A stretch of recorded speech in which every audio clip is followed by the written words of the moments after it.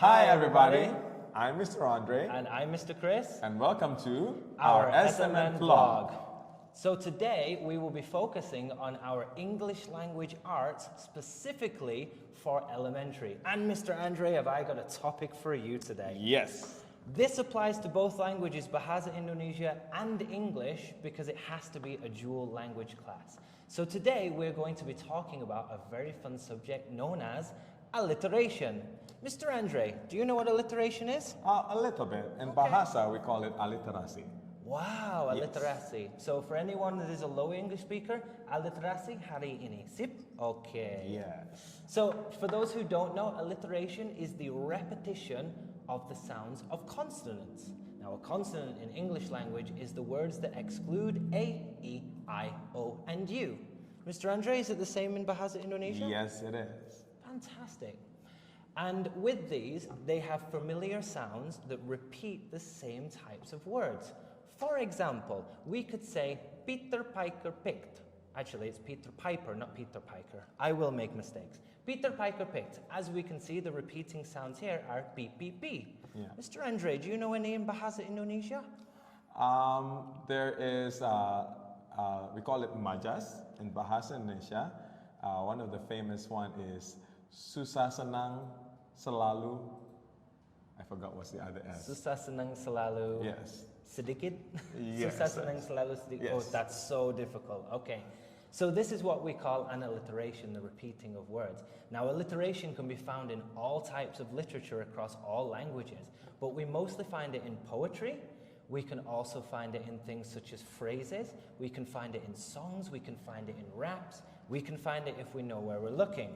There are some very famous types of alliteration. One, which Mr. Andre could explain, by William Shakespeare in the play Sonnet 12. Well, it goes like this. When I do count the clock that tells the time. Wow, that's two different alliterations because we're using a C and a T. And count the clock and tells the time. Wow. Yes. So alliteration can be repeated in different words in different letters as well, which makes it even more complicated. We also have a very, very famous book by a lady named Percy Bysshe Shelley, who said the city voice itself is soft like a silhouette, which is more difficult, I think. But these are two great examples of everyday alliteration. Now, what does alliteration do for us in terms of learning? Well, it focuses on three key skills: pronunciation, fluency, and articulation.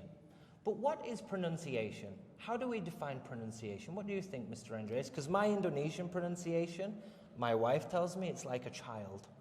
She says, you speak like anak manja, so I have to work on my pronunciation. Okay, I better not comment on that.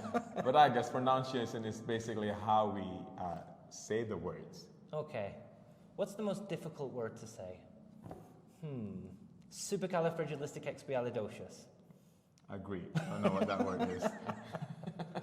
I love that word. Also, we talk about fluency. Fluency doesn't just mean being 100% lancar. It also means having the ability to call upon your skills in an instant rather than putting them in your head first. It's just speaking naturally.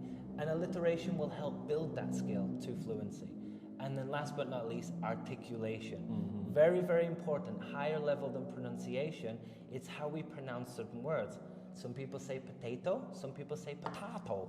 I don't know who says potato, to be honest, because it's a weird word. You did. Yeah, it's potato, yeah. I like potatoes. Fantastic. So here we're going to talk about some sentence types of alliteration.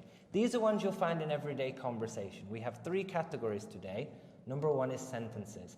I'm going to allow Mr. Andreas to choose one of the sentences and see how well he does. Okay. Anyone you want, Mr. Andreas.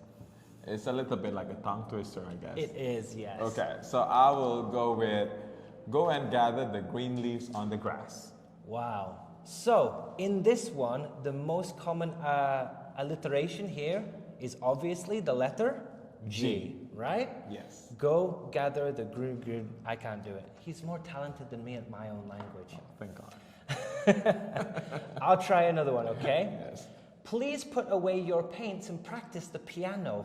What do you think the most alliterative word is here? It's the letter? I think it's a P. P, of course. So this is what we use in everyday sentences. Let's go higher level, okay? Rhymes and stories. These are ones that are coming in phrases and also part of stories, where if you're reading a book, it will make it difficult to say. Would you like one, Mr. Andreas? Okay, I will try. It's a bit difficult. Great Aunt Nellie and Brent Bernard, who watched with wild wonder at the wide window as the beautiful bird began to bite into the bountiful birdseed. That's really, really good. Can you guys do it? Let's put it up on the screen right now. Pause the video and read it and see how well you guys can do it. Are you ready? In 3, 2, 1. Great Aunt Nellie and Brent Bernard, who watched with wild wonder at the wide window as the beautiful bird began to bite into the bountiful birdseed. Okay, I will try the next one, which looks not fun. Betty bought some butter, but she said the butter's bitter. If I put it in my batter, it will make my batter bitter, but a bit of better butter will make my batter better. There we go. Good job, Mr. Chris. If any of you guys can do that, please send us a video response and show us you doing that faster and better than me, and I will be so proud. Okay, now we'll move on to the real tongue twisters. These are the ones that are high level. Mr. Andreas, which one would you like? Okay, I'll just be a risk taker and try the longer ones. Go. Okay. All right. Peter Piper picked a pack of pickled peppers. If Peter Piper picked a pack of pickled peppers, where's the pack of pickled peppers Peter Piper picked? I would have, no, that was amazing. Oh. That was so amazing. Come on, guys, Mr. Andreas, wasn't that fantastic? Thank you. And I've got the easy one, which I probably will mess up, so let's try. A good cook could cook as many cookies as a good cook could cook. No, could cook cookies. Yeah, that one. Yeah. Okay, I can't do it. If you guys can do it, we'll be so impressed. Yeah. So now we know when we go to a class and we learn about tongue twisters, it's part of something bigger, known as alliteration. And alliteration is part of something bigger known as assonance, but we will be saving that for another class, okay? Because that is very high level. But thank you all so much for joining us today. We've had such a great time. We hope you're entertained as well. And if you can think of any good alliterations for us, please comment them down below and we will look at them and review them, maybe even feature them in our next class. Also, leave a comment to let us know you're watching and we'll give you a shout out in one of our videos, okay? Don't forget to hit like and subscribe too. So, from myself and Mr. Andreas, we wish you all a great learning experience and a fantastic, blessed week ahead. Have a great day, everybody. Have a great day, everyone. Bye. Thank you. Bye-bye.